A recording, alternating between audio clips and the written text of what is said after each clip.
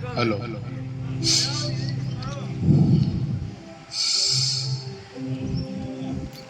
सभी को मेरा प्रणाम।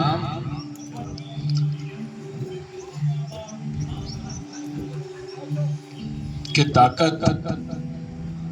ताकत हमारी आवाज में नहीं, हमारी सोच में होना चाहिए। क्योंकि फसल बारिश से होती है, बाढ़ से नहीं। एक बहुत सुंदर, एक छोटी सी कहानी, एक कमाल की कहानी।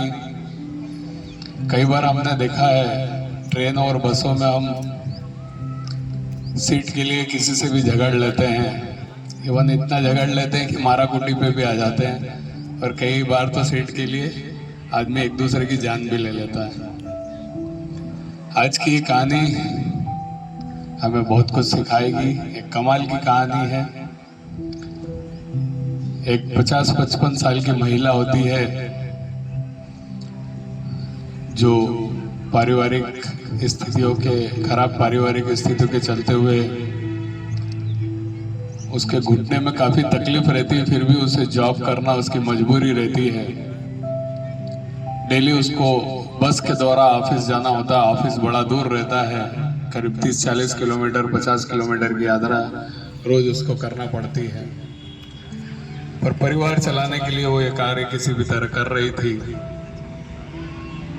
हमेशा की तरह वो ऑफिस गई और ऑफिस से जब वापस लौट रही थी तब उसने देखा कि बस स्टॉप पे बहुत सारी भीड़ है। ठीक है, बस का इंतजार कर रही थी। बस आई, वो बस के अंदर जैसे ही चढ़ी तो उसने देखा बस के अंदर भी बहुत भीड़ है। जैसे तैसे वो, घुटनों की बहुत तकलीफ थी, जैसे तैसे बस में चढ़ी और पाइप पकड़ के खड़ी रही। बहुत मुश्किल आ रही थी उसको खड़े होने में, क्योंकि उसको दर्द बहुत था। तभी एक महिला जो एक सीट पे बैठी थी, जो मजदूरी का कार्य करती है, कहीं से मजदूरी करके वापस अपने घर को वो भी लौट रही थी। उसने देखा कि इनको काफी तकलीफ है, तो वो अपनी सीट से उठी और बोले कि आंटी जी आप यहाँ पर बैठ जाइए, मेरी सीट पर आप बैठ जाइए। ठीक है, आंटी जी उसकी सीट पे बैठ जाती है, उसको बहुत बहुत धन्यवाद बोलती है। सीट पे बैठे बैठे सोचती कि देखो आज के समय में भी कितने अच्छे अच्छे लोग हैं जो किसी की दर्द, किसी की तकलीफ को समझते हैं। ठीक है, थोड़ी देर बाद जो महिला बैठी थी सीट पर, उसके पास वाली महिला का स्टॉप आता है और वो उतर जाती है। तो ये जो महिला जिसको घुटने में तकलीफ है, ये उस मजदूरी करके आई भाई उसको आवाज लगाती कि आ जाओ मेरे पास सीट खाली हो गई, यहाँ आके बैठ जाओ। तो वो बोलती कि नहीं, वो एक छोटा बच्चा और रहता है एक लेडीज के हाथ में, और बच्चा काफी रो रहा होता है। वो ना बैठ के अगली बार वो उस बच्चे और उसकी माँ को बिठा देती है कि नहीं आप बैठ जाओ। ठीक है साहब, थोड़ी देर बाद उसका भी स्टॉप आ जाता है। बच्चे और वो जो छोटा बच्चा और माँ, वो भी वहां से उतरते हैं। फिर वो आवाज लगाती है कि अब आओ, अब बैठ जाओ, यहाँ पर खाली हो गई सीट। इतने में वो देखती है मजदूरी करके आई मजदूरन कि एक 75-80 साल का वृद्ध व्यक्ति और खड़ा था। वो उन्हें सीट ऑफर कर देती है, लेकिन खुद नहीं बैठती। उनका भी स्टॉप आता है, वो उतर जाते हैं, फिर सीट खाली होती है। फिर वो एक बार वापस वो भाई बोलती है कि खाली हो गई, आ जाओ। अब आकर वो बैठती है, क्योंकि करीब करीब अब बस खाली हो चुकी होती है, आखिरी स्टॉप आने वाला होता है जहाँ इन दोनों को भी उतरना होता है। बैठ जाती है आके, दोनों के बीच बात होती है। तो जिसके पाँव में दर्द होता है वो आंटी उस भाई से पूछती है जो मजदूरी करके आई कि तुम अच्छे आराम से बैठी थी, तुमने मुझे सीट ऑफर क्यों की, तुमने मुझे अपनी सीट क्यों दी। तो भाई बोलती है कि मैंने आपको बस स्टॉप पर देखा था, आपको काफी तकलीफ थी, बस में भी आप काफी मुश्किल से चढ़ी, आपको काफी घुटने में पैर में दर्द लगता है। तो मैंने कहा ठीक है, मैंने आपको सीट ऑफर कर दी कि आपको तकलीफ ज्यादा है, आप बैठिए, सीट कौन सी मुझे घर ले जाना है। बोले अच्छा ठीक है, ये तो कि तुमने मेरी तकलीफ देखी और मुझे दूसरी बार मैंने बुलाया तब तुम क्यों नहीं आई, तुमने सीट के पे क्यों नहीं बैठी?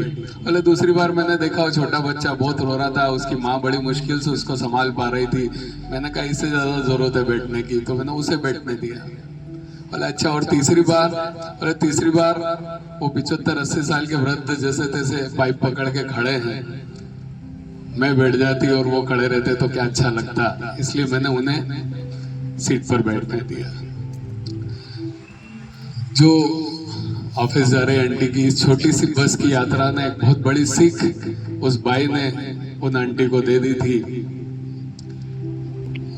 उसने पूछा कि ये सब तुम आज ही कर रहे हो या रोज ऐसा ही करती हो? बोले नहीं, मैं रोज ही ऐसा करती हूँ। देखिए मेरे पास कोई पैसे वैसे तो है नहीं, मैं कोई पैसे वाली नहीं हूँ, तो मैं दान कैसे करूँ, मैं कैसे पुण्य कमाऊं?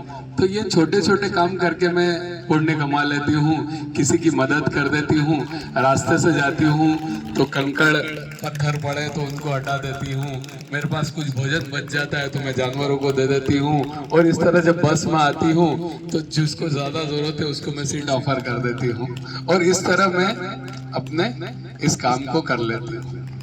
छोटी सी कहानी लेकिन बहुत बड़ी शिक्षा देके जाती है कि आपके पास क्या है ये महत्व नहीं रखता है, लेकिन आप कितना उसको शेयर करते हैं ये बहुत महत्व रखता है। आपके पास अगर धन है तो आप धन का दान कर सकते हैं, नहीं है तो भी आपके पास अगर ज्ञान है तो आप ज्ञान दे सकते हैं। बहुत सारे टीचर्स हैं जो फ्री में बच्चों को पढ़ाते हैं, मतलब आप कोई से भी क्षेत्र में कुछ भी कर रहे हो, लेकिन अगर आप पुण्य कमाना चाहते हैं तो अपने क्षेत्र में बहुत सारे लोग खामोशी से अपना काम कर रहे हैं, बिना हल्ला मचाए, बिना शो ऑफ किए, राइट है। लेकिन बहुत सारे लोग ऐसे भी हैं जो थोड़ा सा दान करते हैं और हल्ला मचा देते हैं, है ना, पूरा जगत में बता देते हैं कि हाँ मैंने ऐसा किया। तो ऐसा नहीं, बहुत सारे ऐसे लोग हैं जो सक्षम नहीं है लेकिन फिर भी वो अपने इस कार्य में लगे हुए हैं और वो किसी को बताते भी नहीं है और चुपचाप अपना काम कर रहे हैं। तो यही एक छोटी सी कहानी लेकिन बहुत बड़ी शिक्षा हमें देती है कि ज्ञान तो सबके पास है, बांटना है तो मुस्कान बांटिए, और जब भी मौका मिले किसी की मदद जरूर करते रहिए, क्योंकि अगर आप किसी की मदद करते हैं तो फिर ऊपर वाला आपकी मदद जरूर करेगा, किसी न किसी रूप में वो किसी इंसान के रूप में आपके सामने मदद के लिए जरूर आएगा। धन्यवाद सभी को।